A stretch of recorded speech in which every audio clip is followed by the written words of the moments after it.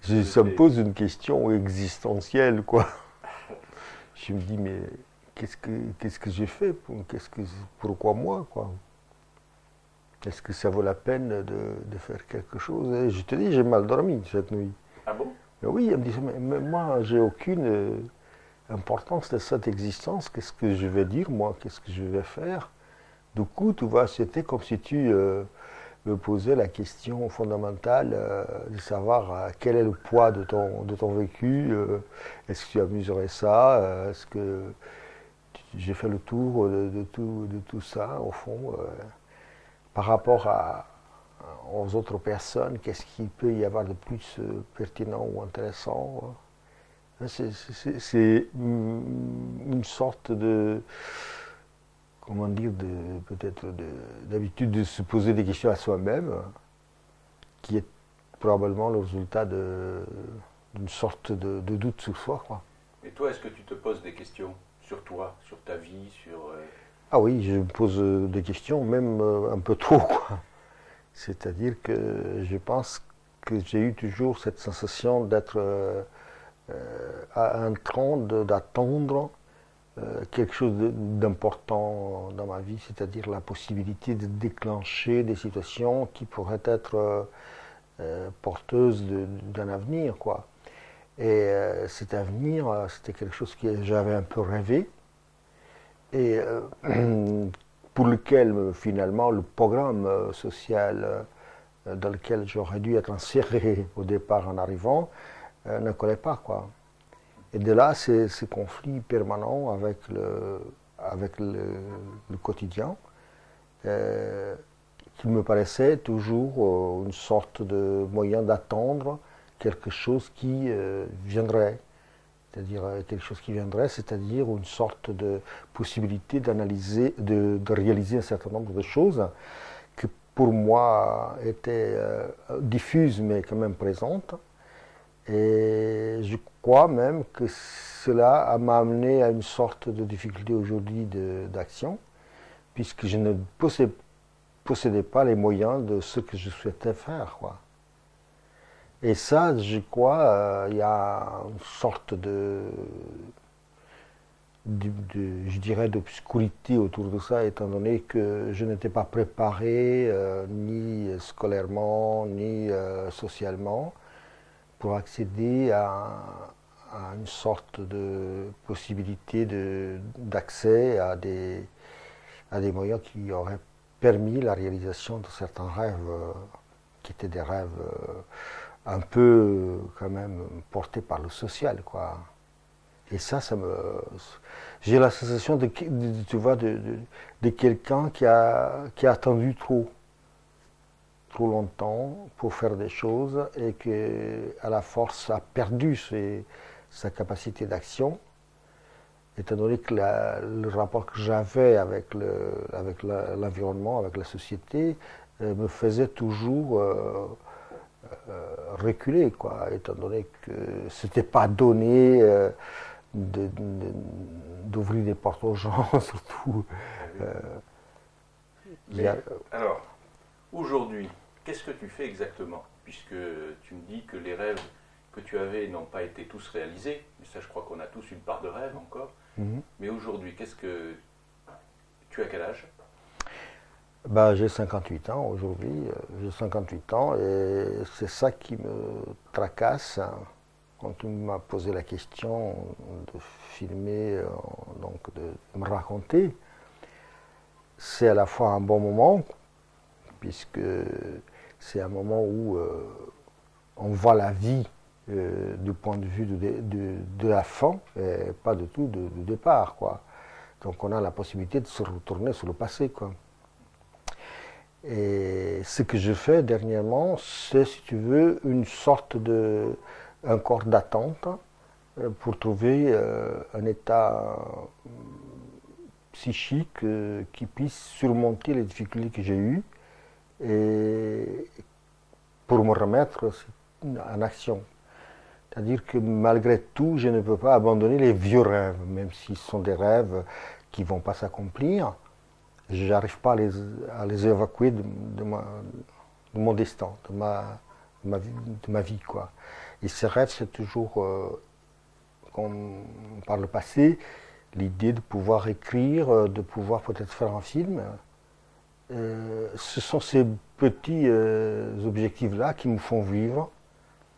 Et dernièrement, la difficulté est venue de tout un tas d'accidents qui sont passés par rapport à ma santé, qui m'ont un peu écarté non seulement de cette tentative de réaliser des choses, mais en même temps m'ont écarté de toutes mes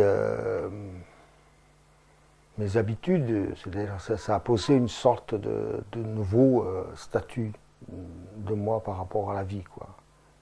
Et je me suis dit qu'il fallait que je me dépêche si je veux faire quelque chose. Parce que je ne peux plus attendre, quoi. Oui, mais 58 ans, tu as encore du temps, là. C'est-à-dire qu'on ne sait pas exactement quand on a du temps ou pas. Personne ne peut savoir quand ça se termine, cette histoire. Cette histoire de la vie, c'est quelque chose qui a un côté un peu désagréable, parce que ça se présente un peu comme un côté métaphysique de l'existence. D'un moment à l'autre, ça peut se terminer. On ne peut pas savoir. Et tu y penses à ça, qu'à d'un moment à l'autre, ça peut se terminer, parce que c'est vrai que tu as eu des accidents de santé qui auraient pu, qui étaient graves. Donc, c'est à ce moment-là que tu as pris conscience de ce phénomène? Oui, c'est-à-dire que ce phénomène est devenu concret, quoi. Bien que je crois que depuis l'enfance, j'ai un problème de rapport à la mort qui vient d'un accident certain lorsque j'avais 3 ou 4 ans, quoi. Et dont j'ai beaucoup de mal à me souvenir. Mais j'ai dû vivre déjà une approche très, très tôt de la mort. Et ça a été, si tu veux, une sorte de frein et en même temps une sorte d'incitation à l'action. Et je pense que ça m'a donné une sorte aussi de mépris du risque, quoi. J'étais capable de risquer tout d'un bout à l'autre, d'un moment à l'autre, pardon. D'une seconde à l'autre, je pouvais juger ma vie au poker. C'est-à-dire, alors que je pouvais donner les aspects de quelqu'un très froussard ou très, très sage, ou tout ça. Lorsque j'avais 17 ou 18 ans, d'une seule seconde, j'étais constamment dans la situation de pouvoir tout jouer, quitte tout double, quoi, par rapport à l'existence, quoi. Alors, puisque tu évoques ta jeunesse, on y vient tout de suite. Donc, ce qui m'intéresse maintenant, c'est de savoir où tu es né, en quelle année, et dans quelle région, comment se présentait ta famille, ton pays. Oui, alors, je suis né au Portugal, en Alentejo. C'est une région au sud de Lisbonne, pas tout à fait au sud du pays, mais entre le sud et Lisbonne, quoi. Et cette région-là, elle est depuis des siècles la région la plus abandonnée du Portugal et la plus féroce au niveau de l'existence, étant donné qu'elle a été tenue pendant très longtemps par 3 ou 4 familles qui pratiquaient l'agriculture latifundiaire. Donc ils avaient des grands domaines et c'était souvent cousins les uns des autres. Ce qui fait que quand on travaillait dans ces domaines-là, on était soumis à toutes les exploitations possibles et imaginables. C'est-à-dire que parfois on était très mal payé ou pas payé du tout. On payait avec l'alimentation, on payait avec l'alimentation. Le problème le plus difficile, c'est qu'on ne pouvait pas quitter souvent un patron pour aller chez l'autre parce que c'était son cousin ou sa cousine ou c'était une famille qui gouvernait toute cette région-là. C'est donc une région de production de blé et de liège. Et que finalement, le liège était un peu la seule marchandise à exploiter, à être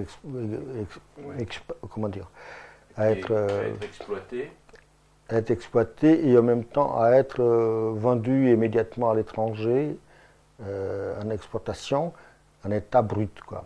Ce qui faisait qu'il y avait un paradoxe extraordinaire, c'est que toute ce liège partait en Angleterre, où il était travaillé, et donc le Portugal gagnait de l'argent en exportant cette matière première brute, mais en même temps on importait des choses travaillées. Oui.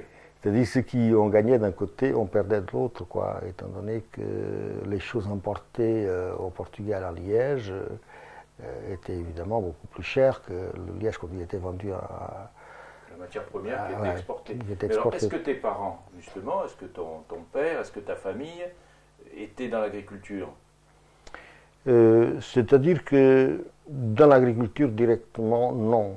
Étant donné que mes parents étaient insérés dans ce monde-là, dans une tradition qui est une tradition ancienne, qui est celle des maçons, et des maçons qui, de père en fils, sont maçons, et qui parcouraient la région en faisant des petits boulots ici, là, parfois des boulots, comment dire, des travaux même très intéressants. Mon père était capable de faire les voûtes d'une église, il connaissait tout ce genre de travail.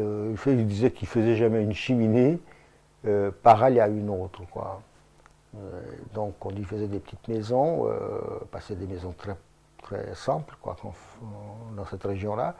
Il faisait toujours une cheminée différente d'une autre parce qu'il me disait il ne faut pas faire toujours la même chose, il faut varier, il faut inventer. Et son père à lui aussi, en fait, ton grand-père était aussi maçon. C'était vraiment toute une tradition de maçon alors dans ta famille? Oui, donc mon grand-père était maçon, mon oncle était maçon, l'arrière-grand-père était maçon. Et ils avaient une autre particularité, c'est qu'ils ne buvaient pas pendant le travail, mais dès qu'ils cessaient de travailler, ils buvaient alors là, comme une éponge, quoi. Tu vois, ça. Ce qui faisait que quand dans la ville je trouvais quelqu'un au loin tomber par terre, j'en étais sûr où c'était mon père, ou c'était mon oncle.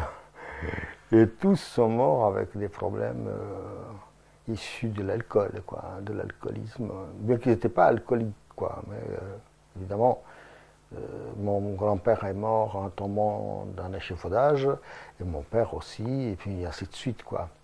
Alors, ce qui est un peu en même temps paradoxal, c'est que c'était des gens qui étaient capables de faire beaucoup de choses très, très difficiles, et en même temps, ils ne savaient pas lire.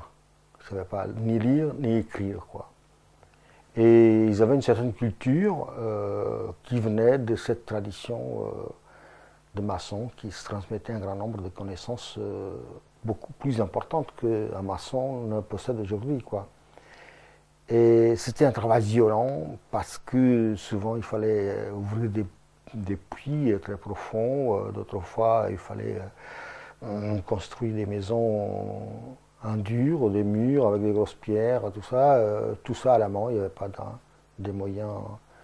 Même travailler sur les toits, on n'avait pas des moyens techniques pour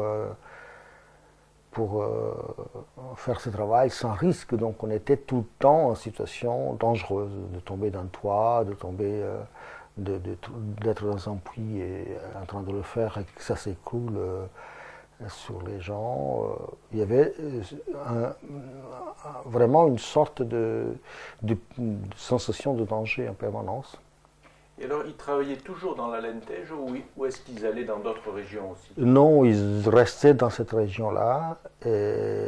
Donc, c'était des gens qui sont profondément marqués par la région, qui ne bougent qu'à l'intérieur de la région. Il y a même une tradition dans cette région qui n'est pas loin de Lisbonne pourtant. Mais par exemple, quand les gens ont commencé de force à immigrer vers les alentours de Lisbonne, il y a même des chansons de nostalgie qui se sont créées et qui étaient chantées. Donc c'était des gens qui ne pouvaient pas immigrer. Leur tradition était d'être fixés sur le sol et de régner dans cet endroit ou vivre dans cet endroit-là, dans cette culture qui a une sorte de spécificité, même à l'intérieur du pays, et pensaient jamais à immigrer. C'était vraiment, et même aujourd'hui, dans l'immigration portugaise qui compte environ 4,5 millions dans le monde, il n'y a pas 1% de gens qui sont sortis de cette région-là. Et elle est actuellement dans un état aussi grave qu'il ne l'a été sous le fascisme. Alors toi, tout petit, donc tu nais avant la guerre. Oui, je suis donc né en 1936, à une époque où le monde était troublé, quoi. Et à Estremoz, c'est une ville qui est tout près de Badajoz et qui est au centre d'un croisement des routes qui vont Madrid-Lisbonne et qui, en gros, était une ville de passage. Les voitures passaient par là, ne s'arrêtaient pas, mais je crois que cela transformait un peu les rapports qu'on avait avec le monde. Parce que de temps en temps, on voyait arriver un étranger. Un étranger, pour nous, c'était quelque chose d'incroyable. C'était vraiment un écho d'un monde qui existait, on ne sait pas où, très loin, quoi. Parce que déjà, on était presque des analphabètes, quoi. Donc un Belge ou un Hollandais ou tout ça, c'était vraiment comme quelqu'un qui venait de la Lune, quoi, et qui tombait là, quoi, dans ce coin-là.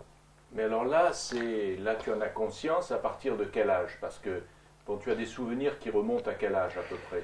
À mes souvenirs les plus sûrs remontent à l'âge de 5 ans environ. Ce sont des souvenirs qui me font encore trembler de peur. C'est, étant donné qu'on était tout près de Badajoz, c'était la guerre civile espagnole qui est là, quoi. Parce qu'au fond, on n'est pas loin de la frontière. Et cette guerre civile nous arrivait un peu des échos, là. Parce qu'à Badajoz, les franquistes faisaient des sessions de fusillement, comment dire, on fusillait les gens dans la place de Toros. Et il y avait des gens dans ma ville qui allaient assister à ces spectacles-là, quoi, qui étaient déjà des gens fascistes. Et dès petit, j'ai commencé à savoir qui allait assister à ces barbaries, quoi, à cette barbarité-là, de voir des gens par des milliers être fusillés, quoi. Et en même temps, il y a eu des enfants qui ont été cachés chez les pauvres surtout, des enfants espagnols qui étaient cachés parce qu'ils vagabondaient par là. Et certainement, ils avaient perdu leur père, leur mère, et donc on les cachait. Et ils vivaient là, un peu avec les autres gosses. Et très vite, qu'on en était dans une région, moi j'ai appris l'espagnol comme ça, j'étais pratiquement bilingue à un moment, parce que c'était la frontière là. Et puis d'autre part, cette période-là, c'était une période très violente parce que nous, dans ce quartier-là, qui était le quartier des pauvres, une grande partie des gens vivaient de la contrebande, allaient faire de la contrebande en Espagne, et aller y venir, quoi. Et il y avait tout le temps des grosses bagarres. J'ai vu donc depuis gosse des gens être morts dans la rue, quoi, à coups de couteau, et même à coups de pistolet, donc des règlements de compte, quoi. Donc ça, c'était une enfance très dure, très misérable, parce qu'on n'avait pas souvent à manger. Et mes repères sont là dans ce genre de choses, quoi. Tu parlais tout à l'heure de souvenirs à 5 ans, tu as assisté à 5 ans donc à ces personnes qui étaient déplacées, qui arrivaient au Portugal. Et il y a aussi des risques, tu penses que tu as pris des risques étant enfant à cette période? À cette période-là, non, un peu plus tard. C'est-à-dire que tout de suite après, il est arrivé la Seconde Guerre mondiale. Et la Seconde Guerre mondiale pour le Portugal, c'est la famine. C'est la famine, comment ça s'appelle, le gouvernement portugais a fait une sorte de compromis, faisant semblant qu'il était neutre, quoi. Mais en gros, c'est un gouvernement qui était pro-nazi, étant donné que c'est le seul pays où, à la mort de Hitler, on a décrété un jour de deuil, quoi. Salazar a décrété un jour de deuil. Aujourd'hui, en Occident, on ne se rend pas compte tellement de ce qui a été ce régime fasciste portugais, quoi. Alors oui, parlons-en de Salazar, puisqu'il arrive au pouvoir en 33, 32, 33. Oui, c'est-à-dire qu'il arrive en 26 et il quitte, il revient en 28 et pratiquement il s'installe d'une manière déjà définitive en 33. 33, c'est la date de la constitution fasciste. Mais il était déjà installé, donc il fait une politique de répression assez violente au niveau comment dire, surtout de la classe ouvrière qui était autour de Lisbonne. Et après, évidemment, ça s'étend à tout l'ensemble du pays, quoi, une politique vraiment de misère, quoi, basée il s'appuie sur qui alors, Salazar? Il s'appuie sur l'Église, sur l'armée? Il s'appuie sur l'armée et à la fois sur l'Église, quoi. Parce que finalement, son plus grand ami, c'était un séminariste. Salazar, c'est un type qui a fait ses études dans un séminaire pour devenir donc prêtre, et puis a quitté, il a fait les universités, il est devenu après professeur d'économie à Coimbra.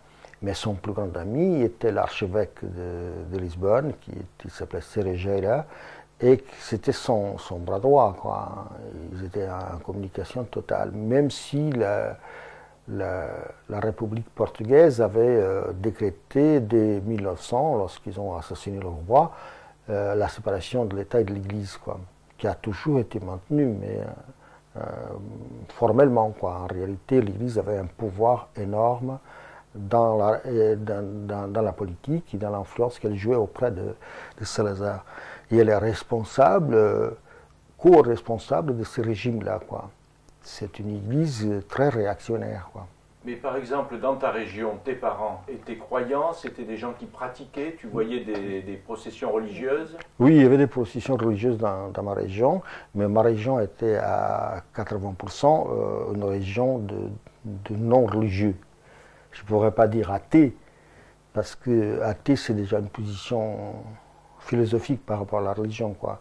Donc mes parents n'étaient pas ni mariés par l'Église, ni catholiques, quoi.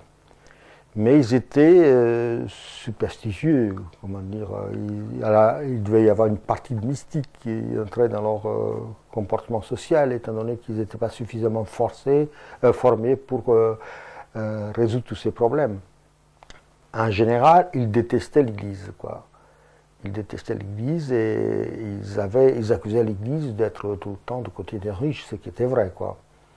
Mais alors cette région sous Salazar n'était pas bien perçue, c'était une région de rebelles. Voilà, c'est la région qui a toujours posé problème au Portugal, parce que c'est de là que les soulèvements se sont faits, en gros, quoi. Et en même temps, c'est aujourd'hui encore le bastion de la gauche portugaise, des communistes et d'autres partis, quoi. Et ça, probablement, on l'a condamné toujours, quoi.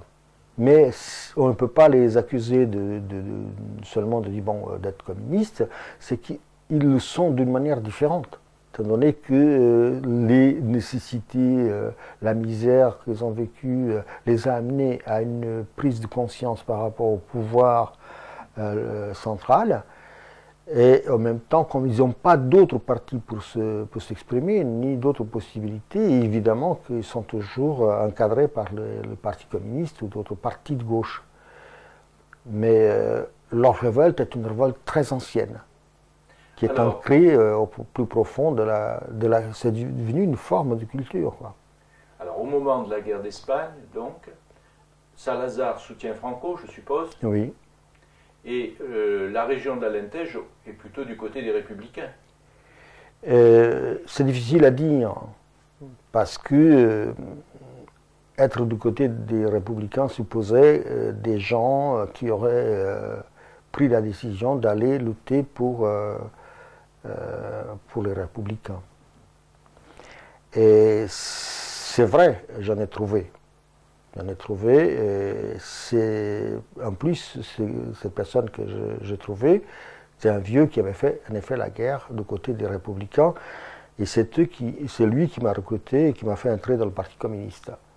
Et c'est lui qui m'a un peu formé.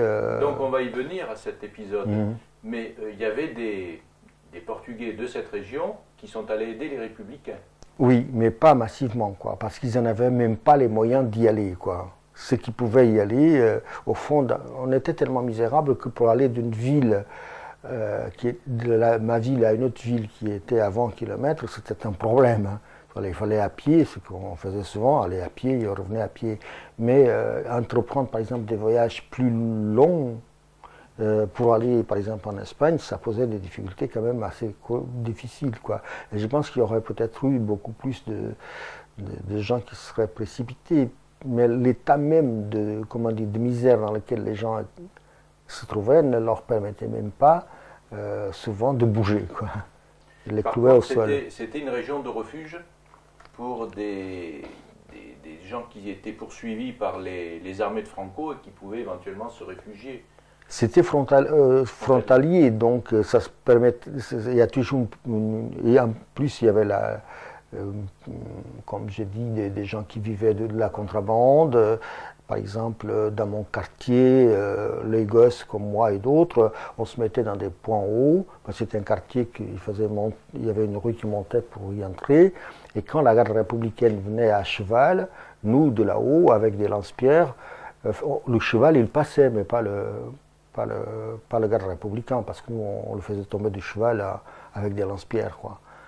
C'était déjà une intifada. Oui, c'était déjà une intifada. Mais là, en plus, c'est-à-dire que c'était des combattants très volontaires et pas peut-être aussi mentalement formés, quoi. Mais c'était ça, oui, c'était la guerre des pierres, avec des lance-pierres contre la garde républicaine, contre le pouvoir, évidemment. Précisément parce qu'il y avait cette ambiance de contrebande, que c'était la seule manière de vivre pour les pauvres, quoi. Et on voulait les défendre, quoi. Alors, Salazar est un admirateur de Mussolini, d'après ce que j'ai lu. Oui. Pendant la guerre, il est quand même du côté d'Hitler. Évidemment, puisqu'il va aider Hitler en se mettant dans la position de neutralité, il va aider Hitler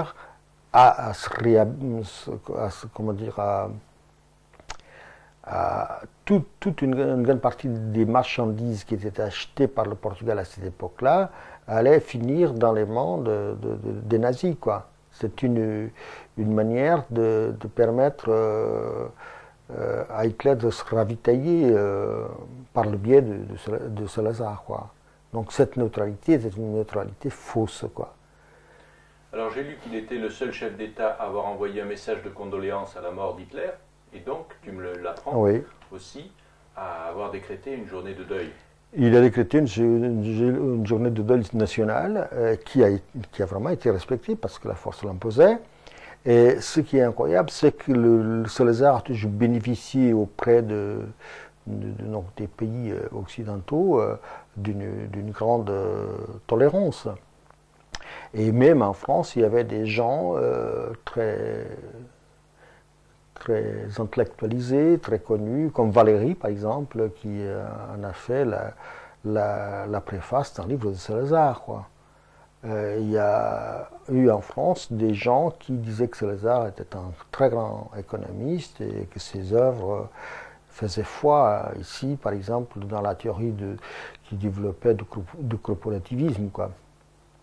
Et donc il y avait des défenseurs en France de son type de pensée, puisqu'ils considéraient qu'il était plus intelligent que Mussolini, c'est un homme de lettres, quoi, et un économiste réputé selon eux, quoi. Évidemment, la preuve évidente, c'est la misère que le Portugal a vécue pendant ces 30 ou 40 années, plus de 40 années qu'il a été au pouvoir. Alors que le Portugal, à ce moment-là, avait à peu près 7 millions d'habitants et avait les plus grandes colonies qui restaient, quoi, c'est-à-dire Mozambique, Angola, Guinée, tout ça, finalement, ne tirait pas profit pour les Portugais. C'était généralement les Anglais et les Américains qui exploitaient ça, surtout les Anglais. Depuis très longtemps, ils exploitaient non seulement au Portugal, mais en Mozambique et ailleurs. Et donc la population portugaise aurait pu avoir une vie avec toutes ces colonies qu'elle était censée exploiter, pouvait avoir une vie très, très agréable, un niveau de vie très agréable. Mais non, on se rend compte que le type, il ne savait pas gestionner quoi que ce soit, et qu'en gros, il était un rentier, c'est-à-dire il recevait des rentes d'entreprises américaines ou anglaises ou autres qui étaient installées dans ces colonies, quoi, et qui géraient tout, quoi. Alors, le jour justement où il y a cette journée de deuil à la fin de la guerre, toi tu as quel âge? 9 ans, 10 ans? Oui, j'ai 10 ans, quoi. Et tu t'en souviens de ce journée-là? Je me souviens tout simplement de la peur que ça déclenchait chez les gens et de cette guerre. Je me souviens très bien parce que bon, il n'y avait pas à manger et le peu qu'on mangeait c'était du pain. D'ailleurs, dans cette région, tous les plats de toute la cuisine est faite avec du pain parce qu'il n'y avait rien d'autre à manger. Et Salazar, sous ce plan-là, était intelligent. Il n'a pas, pendant 40 ans, il n'a pas bougé au prix du pain, quoi. Il n'a pas touché au prix du pain parce qu'il aurait eu un soulèvement de cette région, quoi. Et donc, simplement, le pain était de plus en plus dégueulasse et impossible à trouver. Donc, tu as eu faim à cette période-là? J'ai eu faim, oui. J'ai eu souvent faim quand j'étais enfant. J'ai eu une mauvaise alimentation. Puis je me souviens, ma mère m'enveloppait dans une couverture et me mettait la nuit à dormir pour faire la queue chez les boulangers pour arriver à avoir le pain le matin, quoi. Donc tous ces souvenirs-là de la guerre sont très marqués. Tu vois, ce n'est pas des événements très précis, mais il y a un grand nombre de choses qui ont déterminé mon comportement, y compris par exemple le fait que mon père arrivait à la maison, lui qui ne savait pas lire ni écrire, et il savait tout ce qui se passait sur le front russe, quoi, parce qu'il avait des copains qui lisaient le journal et qui savaient un certain nombre de choses. Et il en parlait des avances de Staline vers Berlin, quoi. Tout ça, je l'ai vécu comme ça, par indirect. Et pour mon père, Staline, c'était le libérateur du monde, quoi. Et au fond, il était communiste sans le savoir, et il ne connaissait rien à ce régime-là, mais pour lui, c'était le sauveur du monde, c'était Staline, quoi. Donc, en gros, pour moi aussi, il est devenu évident que je serais communiste, quoi. Mais ton père était engagé dans le Parti communiste ou... Non, non. C'est-à-dire que le Parti communiste bénéficiait d'une chance énorme. C'est que beaucoup de gens dans cette région-là étaient virtuellement communistes, mais ils ne connaissaient même pas le parti, quoi. Ce qui n'a pas été le cas pour moi, parce qu'à un moment donné, je vais en effet être... Alors, on va arriver justement là à ton engagement, parce qu'après la guerre, donc tu as 10 ans, bon, tu as déjà pris conscience de tout ce qui se passait, de la violence, des difficultés de vivre dans cette région. Et alors, comment tu t'approches du parti à ce moment-là? Alors, en gros, je n'ai même pas su comment ça se passait. C'est-à-dire que j'ai commencé à être un révolté. Tu es allé à l'école à cette époque-là? C'est-à-dire que je suis allé comme moi à l'école. Étant donné que dans la famille, à ce moment-là, on vivait avec des difficultés et je suis allé à l'école. Et dès le premier mois d'école, il y a eu un conflit entre moi et comment dire, un conflit que je n'oublierai jamais, et l'institutrice, quoi. Et je lui ai dit un gros mot, quoi. Ce qui fait que eux, ils m'ont battu tellement férocement que mes mains ont enflé. Et elles ont tellement enflé que pour faire passer l'inflammation, ils m'ont mis les mains pendant longtemps dans de l'eau froide, dans un seau d'eau froide, quoi.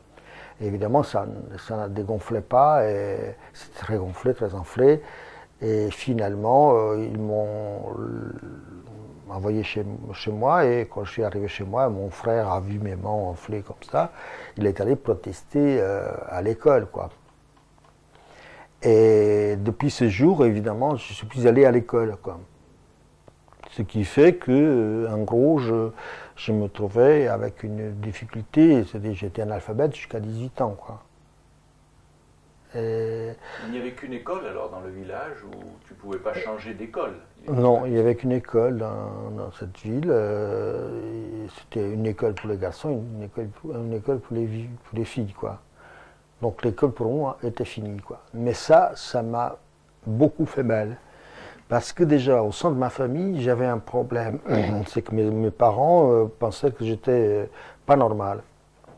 Donc il y avait une sorte déjà de discrimination, pas voulu, mais c'était par le simple fait qu'ils considéraient que j'étais pas normal, parce que je répondais de travers, je faisais des choses qui n'étaient pas acceptables. Et donc, j'étais marginalisé au sein de la famille, quoi.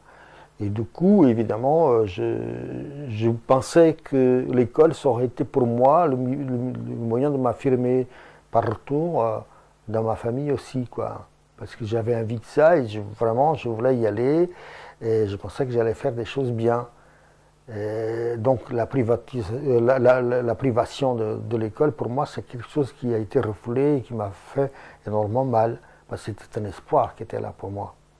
Mais cette privation de l'école, est-ce que c'est toi qui l'as choisi, c'est-à-dire tu as dit je ne veux plus aller à l'école, ou est-ce que c'est à l'école qu'on a dit on ne veut plus recevoir ce jeune homme? C'est-à-dire qu'à ce moment-là, c'est mon grand frère, qui avait plus de 10 ans que moi, qui a résolu ces problèmes-là. Donc je pense que il y avait les deux choses. Il y avait d'un côté l'école qui n'en voulait plus, qui était considérée comme expulsée, étant donné que c'était le cas de beaucoup d'enfants, de ne pas aller à l'école, parce que socialement ils étaient très pauvres. Ah, il y en avait beaucoup qui n'allaient pas à l'école alors que normalement, elle devait être obligatoire, quoi. Mais elle ne l'était pas parce que les instituteurs eux-mêmes ainsi se débarrassaient des gens les plus pauvres, et donc les plus pauvres c'était aussi les plus irrespectueux, les plus à problème, et tout ça, quoi. Donc il y avait beaucoup d'enfants dans ma situation, quoi. Et donc je pense que la discussion que mon frère a eue avec le directeur de l'école a dû être assez violente aussi, parce que même mon frère plus âgé était plus calme. Mais je pense que ça s'est terminé comme ça par un... Est-ce que lui était allé à l'école, ton frère? Oui. Mon frère le plus âgé, il savait lire et écrire, quoi. Et l'autre aussi. Donc c'est lui de milieu, quoi. Et j'étais le dernier. Et les deux, ils savaient écrire et lire, quoi. Enfin, d'une manière élémentaire, hein, parce qu'ils ne faisaient que 4 ans d'école. On entrait à 7 ans à l'école et on sortait à 11 ans de l'école. Et bon, c'était une instruction plutôt qu'un enseignement, quoi. Et ils savent écrire, mais mal, quoi. Ils savent lire, mais mal, quoi. Et puis dans leur pratique professionnelle, souvent, ils abandonnaient tout ça, quoi. Il y avait beaucoup de choses qui disparaissaient. Mais enfant, c'était des gens qui savaient lire le minimum, hein. Alors, si tu ne vas pas à l'école, qu'est-ce que tu fais? Tu travailles avec ton père? Oui, voilà, j'ai commencé à travailler avec mon père, hein, mais très conflictuellement aussi, parce que mon père disait que j'étais inapte à quoi que ce soit, à la rigueur presque un handicapé, quoi. Et donc il ne croyait pas à ça. Il était sympa avec moi, mais quand il me battait, il était d'une violence absolument inouïe, donc il me faisait peur. Parfois, quand il me battait, il y avait des chaussures avec des clous qui étaient mis pour éviter d'user beaucoup la semelle et tout ça, quoi. Et les clous restaient imprimés sur mon dos, quoi. Parce qu'il me sautait dessus, il me donnait des coups de... Et j'ai donc eu une enfance horriblement détestable, quoi. Quelque chose de très, comment dire, très violent, quoi. Très violent. Et avec mon père, donc, ça, je l'aimais beaucoup. En même temps, j'étais déçu de cet amour. Et donc, c'était très conflictuel. Et à partir de là, de temps en temps, je faisais des fugues, quoi. Et donc, une des fugues que j'ai faites, c'est de partir avec un copain qui maintenant se trouve à Drancy, je crois, que j'avais perdu pendant 30 ans, et puis il m'a trouvé ici. Lui, il est parti avec un carrousel qui était venu de la ville, et moi avec une compagnie de cirque, quoi. Alors, donc, tu travailles avec ton père. Les relations ne sont pas faciles, mais est-ce que tu ne pouvais pas trouver un autre employeur, par exemple, pour travailler que ton père? C'était très difficile, étant donné que 80% des gens dans cette région qui faisaient des métiers comme ça, maçons et tout ça, parfois ils avaient du travail pendant l'hiver, parce qu'il pleuvait, donc les toits ne tenaient pas, les gens faisaient réparer un petit peu. Ou alors c'était parfois des travaux chez les latifundières. Dans ce cas-là, c'était pendant l'été, il y avait un peu plus de travail, mais c'était quand même, on vivait dans le chômage permanent, quoi. Et on travaillait 15 jours, on passait s'il fallait un mois sans avoir de travail, ce qui entraînait des problèmes d'alimentation, des problèmes très très très difficile au sein de la famille, quoi. Et alors cette violence que ton père exprimait envers toi, mais est-ce que c'était général? Tout le monde, c'était une ambiance si violente quand même? Oui, c'est-à-dire que mon père était considéré un démon violent, quoi. Par exemple, le gamin qui était avec moi, qui est parti, qui habitait dans la même maison, lui, le pauvre, il en a bavé, parce qu'en plus, sa mère était avec un autre homme, et c'était pas son père était disparu. Et lui, il en a souffert, la violence donc, envers les enfants était assez forte, quoi. D'autant plus parce que nous étions des voyous. On voyait des voyous à 10 ans, on allait voler, évidemment. Pas voler des choses importantes, mais on allait voler des choses à manger. Des fèves dans dans les champs, avec des sacs. On allait remplir le sac. Bon, c'était une manière de trouver à manger. On volait des poulets, des poules, des œufs, des choses qui étaient des choses à manger. On volait pas d'autre chose, quoi. Et c'est une tradition qui reste toujours quoi, valable dans cette région-là. Et moi, j'avais trouvé des techniques pour piquer les poulets et les poules sans grande difficulté. C'était que lui, il avait un sac, moi, j'entrais dans le poulailler et souvent les poules, elles montaient, elles dorment debout, montaient sur des objets, quoi. Et moi, je venais avec un petit bâton, j'appuyais tout simplement sous les pattes de poulet. Et le poulet, automatiquement, remettait, en dormant, ses pattes sur mon bâton, quoi. Donc, du coup, je prenais le bâton avec la poule, comme ça, je bougeais, et mon copain l'attrapait par la tête, lui tordait la tête dans le sac. Donc, aucun bruit. C'est vraiment aucun bruit. C'était une technique pas mal. Puis plus tard, quand ils ont découvert cette technique, c'était plus difficile parce que bon, on était souvent punis par la garde républicaine. Tu t'es fait attraper là? Oui, alors on nous mettait au poste, on nous faisait la torture de la statue. C'était se mettre contre un mur, face au mur évidemment, avec les mains levées. Et quand on baissait les bras, quoi, ils avaient un martinet et nous donnaient des coups de martinet, quoi. Et avec ce copain-là, pour lui, ça a été plus grave parce qu'à un moment donné, il était venu avec la garde républicaine devant le gamin entre deux chevaux de garde républicaine jusqu'à la ville. Il a été jugé un tribunal pour l'enfance, il a attrapé 2 ans de prison, quoi. Et pour ne pas l'envoyer en prison, il devait obligatoirement, toutes les semaines, aller voir le curé, quoi. Le curé devait lui faire la morale, quoi. C'était le juge qui avait décidé ça, quoi. Et à un moment donné, on s'était tiré de la ville, évidemment, avec le carrousel et avec le cirque. Il a eu un mandat d'arrêt national. Et il a il a accompli 2 ans de prison dans une prison des plus dégueulasses à Lisbonne. Parce que le curé est allé dénoncer au juge le gamin qui s'est détiré. Et il a passé 2 ans horribles en prison, lui, à cet âge-là. Il avait 12 ans, quoi. 12 ans en mandat d'arrêt national, tu vois ce que c'est, quoi. Déjà la répression, comment elle fonctionnait, là. Et bon, il y avait cet échappatoire d'aller voler un petit peu pour bouffer, quoi. C'était une... Et ce que tu prenais là, est-ce que tu le ramenais chez toi ou est-ce que vous le consommiez tout seul entre enfants? Souvent, on consommait pas mal entre enfants, certaines choses dont on craignait que les parents puissent être contre, quoi. On les bouffait entre nous, quoi. Et d'autres fois, bon, dans certaines familles, par exemple dans la sienne, sa mère, elle fermait les yeux. Dans ce cas-là, on l'amenait chez elle et elle faisait à manger pour tous, quoi. C'était un peu ça, quoi. Et ça, c'était une pratique qui était courante dans les...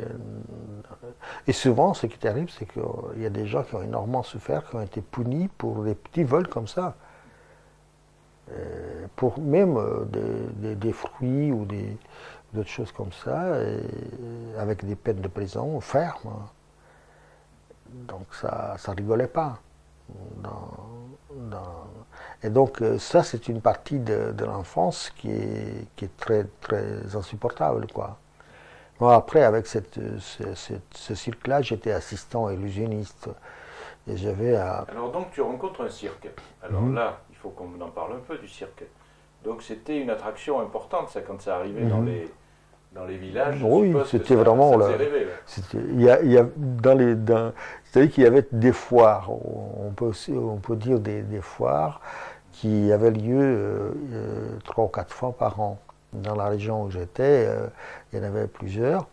Donc il y avait tous les forans qui arrivaient avec leur bazar, carrousel, d'autres choses, et c'était vraiment le rêve, quoi. Simplement, bon, pour nous, c'était difficile, on n'avait pas de sous, et souvent, on aidait à monter le cirque, on les aidait à monter le cirque, ou le carrousel, et tout ça, et pour avoir quelques possibilités aussi de voir le spectacle, et enfin, de s'amuser, quoi, gratis, quoi. Donc il fallait travailler pour eux, il fallait les aider, quoi. Et bon, en gros, il y avait quand même une énorme fascination. On est des enfants et on était fascinés par ce monde-là, qui était un monde pour nous beaucoup plus plein de rêves, parce que c'était des gens qui allaient partout. Nous, on imaginait le pays qu'ils parcouraient, les villes, les choses qu'ils vivaient, et puis c'était des nomades, en gros. Et le nomadisme, c'est quelque chose qui est inhérent quand même encore à l'esprit de cette région, quoi. C'est quelque chose de mal refoulé. Toujours un envie de partir, de vivre sans maison, de dormir en plein air. D'ailleurs, quand j'étais gosse, souvent je dormais comme ça dans la rue. Et alors, tu as sympathisé avec ces gens du cirque? Oui, alors on a sympathisé, et puis bon, ils m'ont pris, et je suis parti avec, et comme l'autre partait avec le carrousel, ils allaient tous dans la même direction, et on est partis tous les deux, quoi. Mais alors, attends, quand tu parles à tes parents, qu'est-ce qu'ils disent? Ah, mes parents, pendant longtemps, ils se sont tus, et puis au bout de quelques mois, évidemment, ils se sont plaints à la garde républicaine, quoi. Mais ce n'était pas le cas pour mon copain, étant donné que son père n'était plus, et que sa mère donc était soulagée quand il n'était pas là, parce que son homme le tapait souvent, et c'était une vie infernale, quoi. Donc vous partez tous les deux dans le cirque, et là quel travail tu fais dans le cirque alors dans le cirque, évidemment, il y avait beaucoup de travail, hein. Dès que le cirque arrive quelque part, il faut tout monter dans la nuit ou souvent dans la journée. Souvent c'était dans la journée, il fallait tout monter, tu vois, le Bataclan, quoi. Et puis après, il fallait faire partie du spectacle. Donc j'étais devenu assistant de l'illusionniste, hein, qui était un type très petit que j'appelais la petite bête, je lui appelais la petite bête. On était devenus très copains, très amis, quoi. Et donc je l'assistais, j'amenais tous ces outils, je venais chercher les outils, je leur amenais ça pendant le spectacle, quoi. On préparait tout un tas de choses. Tu vois, pour faire partie des colombes, il y avait des boîtes, quoi, à double tiroir, tu vois, qui faisaient apparaître et disparaître la colombe, quoi. Et puis il était très habile en manipulation de cartes, quoi. Tu vois, la cartomancie. Il était très très fort en cartomancie. Il faisait des trucs comme des tours de passe-passe, c'est absolument extraordinaire. Puis à un moment donné, il se bagarrait avec le patron du cirque et on est partis tous les deux. Et là, c'était quelque chose vraiment néo-réaliste au comble, quoi. On allait dans des petits villages misérables. C'était la Strada. Oui, c'était pratiquement la Strada, quoi. C'était des petits villages misérables et on faisait des petits spectacles pour les gens, quoi. Donc, moi, tu avais quel âge, là, à peu près? Oh là là, j'avais 12 ans environ. Ah oui, très jeune. Oui, c'était 12 ans. Pour moi, c'était déjà, j'étais grand, hein. Tu me disais, si tu m'aurais dit à 12 ans, écoute, tu es petit, j'aurais eu un coup de pied, hein. J'étais considéré déjà, je me considérais un homme, moi. Un peu. Mais alors là, tu gagnais ta vie, vous gagnez votre vie? Oui, mais on la perdait, quoi. Parce que lui, il était tellement fou que, bon, on gagnait de l'argent, puis le soir, il allait jouer aux cartes. Il avait le vice de jouer aux cartes. Et c'était interdit, donc c'était vraiment un monde fou, quoi.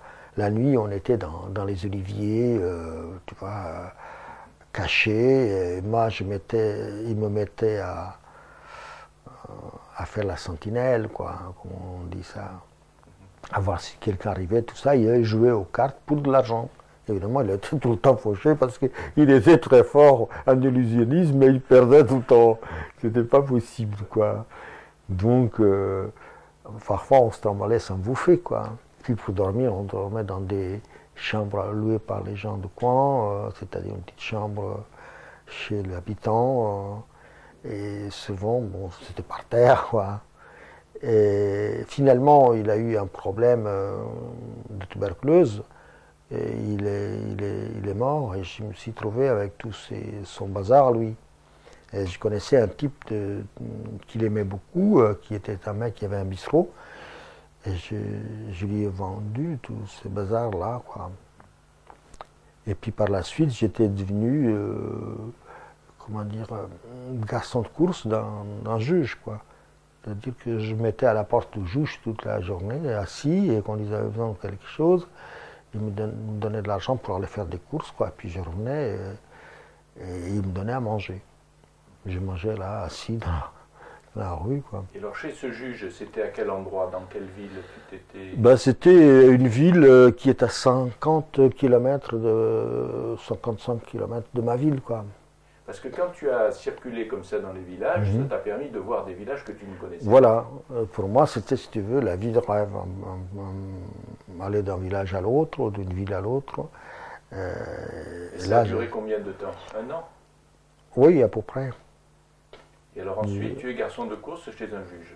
Ça, c'est moins amusant. Oui, ça c'était moins amusant parce que c'était vraiment la seule chose que c'était fait pour manger, quoi. D'ailleurs, il ne me donnait pas de l'argent pratiquement.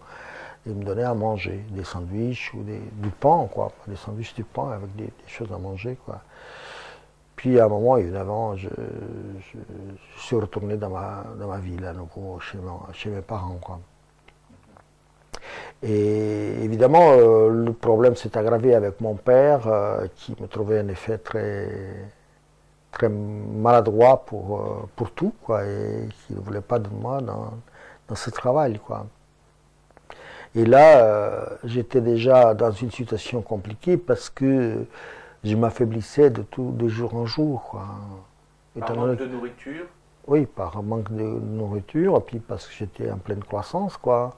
Et j'avais des difficultés à manger, j'avais pas souvent à manger. Et en gros aussi, je m'étais tourné un peu vers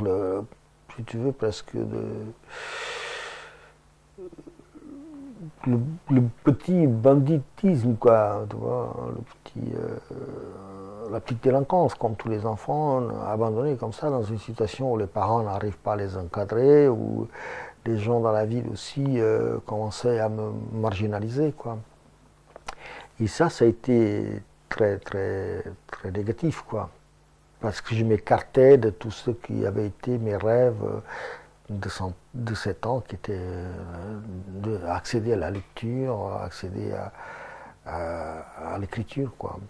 En gros, et ça va durer. Donc, je travaillais aussi avec d'autres personnes, surtout pour la mairie, comme aide-maçon. Et évidemment, c'était un travail trop violent, quoi, trop fort. Il fallait prendre des sacs de ciment de 100 kilos sous les bras, les mettre sous la tête, le transporter, parce qu'il n'y avait pas d'autres moyens pour le faire. Et je suis arrivé, donc là, j'étais déjà très révolté, très lié à tout ce qui pourrait être subversif, quoi. J'étais donc au bord d'être recruté par le Parti communiste, et c'est là qu'en effet j'ai connu ce vieux, qui était un vieux fabuleux, un vieux qui circulait dans la ville et dans les petits villages alentours, en faisant un travail qui était assez intéressant. Il allait chez les gens, et souvent les gens avaient une petite photo de quelqu'un qui était mort. Et lui prenait cette photo, après elle était agrandie, et on leur vendait avec la photo un cadre, pour voir c'est le père qui était mort, ou l'enfant chéri qui était mort, ou un frère. Donc il faisait des grosses photos amplifiées, des agrandissements, et souvent un peu avec des nuages autour, je sais pas, des trucs un peu mortels, mais les gens aimaient beaucoup, comme s'il était au ciel dans les nuages. Il faisait du blanc autour, quoi, puis juste au milieu